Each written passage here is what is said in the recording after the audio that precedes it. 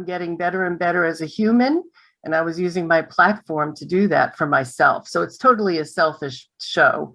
And I actually started it in May of 2020, not long after the murder of George Floyd, which, of course, we had riots, things happened.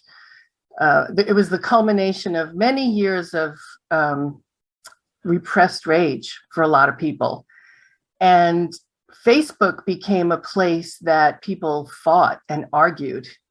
And when I talked about Black Lives Matter and human rights, which, by the way, my entire life, I have been holding the banner for human rights. In fact, my moniker in business is the results revolutionary, and it comes from my revolutionary background from the time I was 12 years old.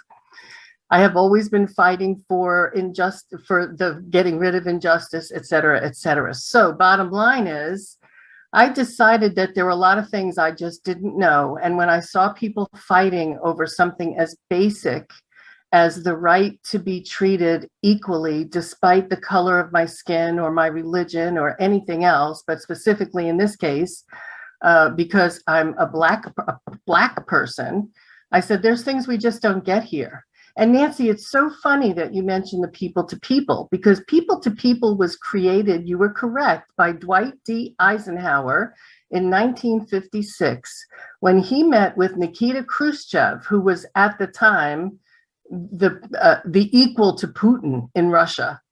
And we were in a Cold War situation. Everybody had their hands on their nuclear buttons, and Eisenhower and Khrushchev said that the best way for us to be able to come together is for our peoples to see each other as common friends with things that we both love. Like Bird said, everybody loves to be heard. Everybody wants to be seen. Everybody wants to be respected. That's true no matter what your color. So I decided I was going to invite my sisters, specifically my Black sisters, African American and Caribbean, African, all across the board, to come on my show and just tell me their truth. Like, what's it like to be Black in the United States? What's it like to be Black? I had people on from parts of Africa and also parts of Europe. What's it like to be Black there? And I heard stories like one woman who told me that when she jumped in the pool when she was 10 years old, all the white kids jumped out because they thought that they were going to get the water all dirty. Dr. Pat Rogers, who's with us today, was passed over for promotion over and over. A woman told me that she went into the bank with her white father, who had been in the bank multiple times getting a mortgage on their house in the mid 1970s. And when he came in with a Black daughter, he was somehow turned down for no reason. So I heard stories like that over and over again. And the more I heard, the more I learned, the more I understood that we are all the same in different ways. We live our lives, but the only way for us to know each other is to know each other. Mm-hmm. So I have people on who just share who they are and what they're about. And we have a great time. And I'm always looking for guests who want to share what's your experience. I have learned so much from watching your series, and it's a podcast. You can get it on, it's on iTunes and YouTube and all those places. And this is the thing. The minute we see something that doesn't seem right, or we don't understand in someone else's behavior, or we're just curious, it's about getting curious.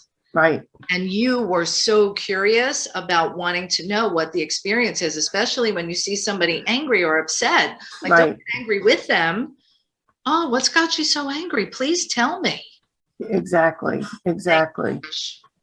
Listen, it is my pleasure. And if any of you are interested in being a guest on the show, I would love to have you. Mm-hmm. Just send me an email at trish@womensprosperityNetwork.com. And thank you for giving me the chance to talk about it. Yeah, my pleasure. And of course, she's part of our faculty and has great curriculum inside the course. We're going to be doing some live classes together as well on communication. So thank you, my sister. Thank you.